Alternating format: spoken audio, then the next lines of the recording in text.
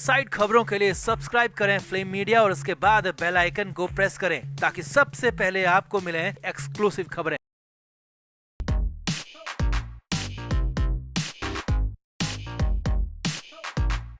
तो महाराष्ट्र के सीएम एकनाथ शिंदे और डिप्टी सीएम अजित पवार पर बड़ा आरोप लगा है। आरोप है कि दोनों अमित शाह से मिलने के लिए मुंबई से दिल्ली गए थे और वो भी वेश बदलकर, और साथ ही फेक आईडी और गलत नाम बताने के आरोप भी दोनों पर लगे हैं। आरोप है कि अजित पवार भेष बदलने के लिए टोपी और मास्क का इस्तेमाल करते नजर आए थे, तो शिंदे ने पठानी लुक से खुद की पहचान को छिपाया था। अब इन आरोपों के बाद विपक्षी पार्टियों ने एयरपोर्ट अथॉरिटी, एयरलाइंस कंपनी और होम मिनिस्ट्री से जांच की मांग रख दी है, क्योंकि देश के गृह मंत्री से मिलने के लिए अगर इस तरह नेता भेष बदलकर और गलत आईडी से जाएंगे तो कुछ भी गलत हो सकता है। अब आरोप तो बड़ा है, तो आपको इस खबर की पूरी इनसाइड स्टोरी दिखाते हैं। आप भी इस एक्सक्लूसिव खबर पर अपनी राय कमेंट बॉक्स में जरूर दें और वीडियो को भी शेयर करें।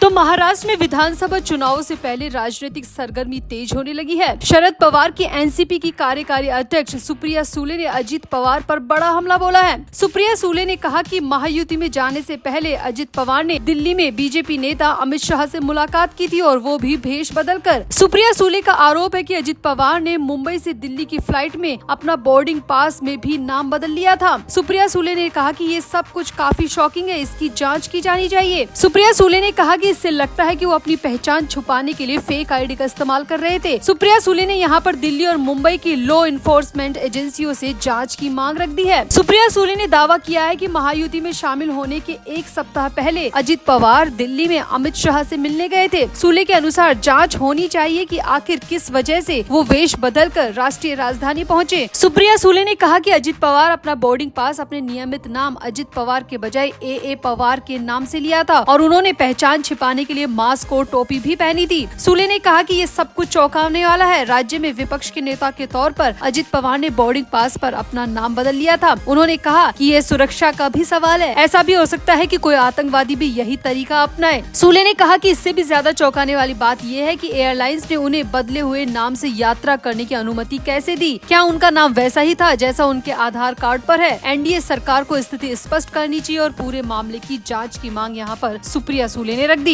वहीं सुप्रिया सुले के बाद संजय राउत ने भी एकनाथ शिंदे पर हमला बोला और कहा कि न सिर्फ अजित पवार बल्कि एकनाथ शिंदे भी पहचान छिपाकर मुंबई से दिल्ली गए थे। राउत का आरोप है कि एकनाथ शिंदे ने भी अपने बोर्डिंग पास पर गलत नाम लिखा था। राउत का आरोप है कि एकनाथ शिंदे ने पहचान छिपाने के लिए पठानी गेटअप लिया था ताकि मीडिया को भनक न लग सके, क्योंकि उस वक्त शिंदे की डील बीजेपी से चल रही थी और दूसरी तरफ उद्धव ठाकरे के साथ होने का दिखावा शिंदे कर रहे थे, इसीलिए वो भेष बदल कर मुंबई से दिल्ली गए थे। अब राउत ने भी जांच एजेंसियों से जांच की मांग की है, सीसीटीवी फुटेज खंगालने की मांग की है और सच्चाई को बाहर लाने की मांग रखी है। संजय राउत ने कहा कि अजित पवार और एकनाथ शिंदे अपनी पहचान, अपना रूप कैसे बदला, वो हवाई अड्डों में कैसे प्रवेश कर सकते हैं और कैसे बाहर निकल सकते हैं, उन्हें इसकी अनुमति किसने दी। इसके लिए मुंबई और नई दिल्ली एयरपोर्ट के साथ साथ संबंधित एयरलाइंस कंपनियों की भी जाँच होनी चाहिए और केंद्र सरकार को इस बारे में बयान जारी करना चाहिए। यहाँ आपको बता दें कि ये मुद्दा जून जुलाई 2022 में बीजेपी की मदद से ठाकरे के नेतृत्व वाली एमवीएस सरकार को गिराने के दौर का बताया जा रहा है, जिसके बाद शिंदे मुख्यमंत्री और देवेंद्र फडणवीस महायुति सरकार के उप मुख्यमंत्री बनाए गए थे। इस घटनाक्रम के एक साल बाद जून जुलाई 2023 में अजित पवार भी अपने चाचा शरद पवार के खिलाफ बगावत करके शिंदे फडणवीस ग्रुप में शामिल हो गए थे। अब आपका इन आरोपों पर क्या कहना है, क्योंकि आरोप तो गंभीर है। क्या वाकई में इसकी जाँच होनी चाहिए या फिर ये आरोप सिर्फ विधानसभा चुनाव में जनता को भ्रमित करने के लिए लगाए जा रहे हैं? आप भी अपनी राय कमेंट बॉक्स में जरूर दें और वीडियो को भी शेयर करें।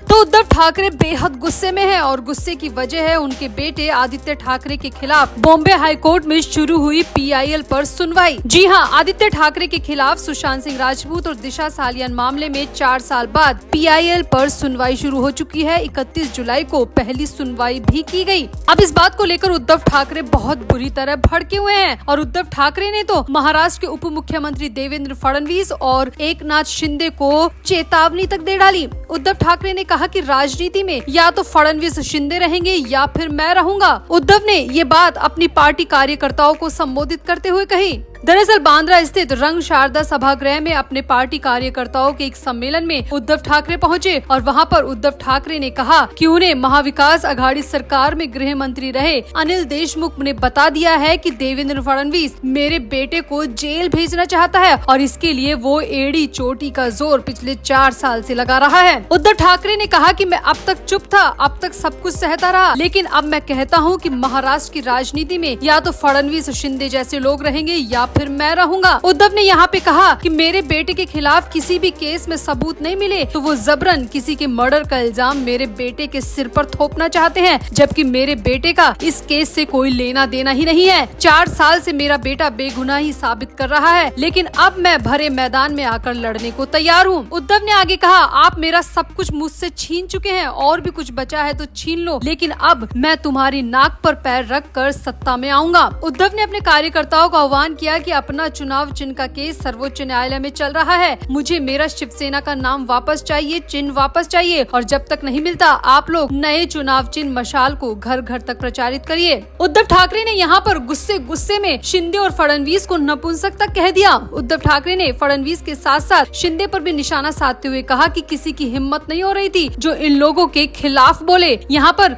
उद्धव का मतलब मोदी और शाह के खिलाफ था। उद्धव ने आगे कहा, लेकिन हम बोले, मैंने कहा कि हम तो ऐसे ही हैं, सत्ता पक्ष में बैठे ये लोग नपुंसक हैं, इन्होंने हमारी पार्टी तोड़ दी, लेकिन हम झुके नहीं। इसके बाद उद्धव ने दिल्ली के नेताओं को चुनौती देते हुए कहा कि आप चुनाव प्रचार के लिए मुंबई आओ, हम आपकी बची खुची गर्मी भी निकाल देंगे, आपको भीख का कटोरा लेकर ही मुंबई से वापस जाना पड़ेगा। उद्धव ठाकरे बोलते बोलते कई बार अपनी मर्यादा को भी क्रॉस करते नजर आए। उद्धव ठाकरे ने कहा कि मुझ पर गैर हिंदुत्व विरोधी हिंदुत्व होने के आरोप लगते हैं, जो कि बिल्कुल गलत है। उद्धव ठाकरे ने कहा कि लोकसभा चुनाव में मुझे मुस्लिमों और ईसाइयों ने खुलकर समर्थन दिया था, इसका मतलब ये नहीं है कि मैं गैर हिंदू या विरोधी हिंदू हो चुका हूँ। मैं पूरी तरह हिंदू हूँ और अपना हिंदू धर्म कभी नहीं भूलता, लेकिन हिंदू धर्म होने का मतलब ये नहीं है कि और धर्म से ताल्लुक न रखा जाए और धर्मों के लोगों को साथ लेकर न चला जाए। मैं हमेशा से मुस्लिम और ईसाइयों के साथ रहा हूँ, हिंदुओं के साथ हमेशा से खड़ा हूँ, मेरे लिए सब बराबर है।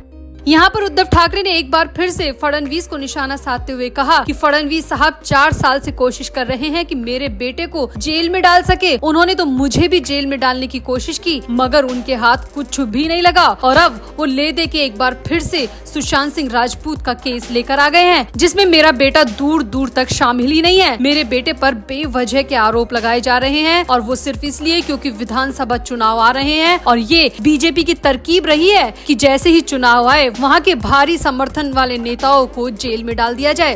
तो यहाँ पर उद्धव ठाकरे सुशांत सिंह राजपूत का केस खुलने से बुरी तरह भड़के नजर आए। फडणवीस और शिंदे के अलावा दिल्ली बीजेपी नेताओं को भी खरी खोटी सुनाने में कोई कसर नहीं छोड़ी। तो आपको क्या लगता है, उद्धव के गुस्से की असल वजह क्या है? क्या उद्धव को डर है कि कहीं उनके बेटे को जेल न हो जाए? आप भी उद्धव ठाकरे की इस नाराजगी और इस पूरे बयान पर अपनी राय कमेंट बॉक्स में जरूर दें और वीडियो को भी शेयर करें।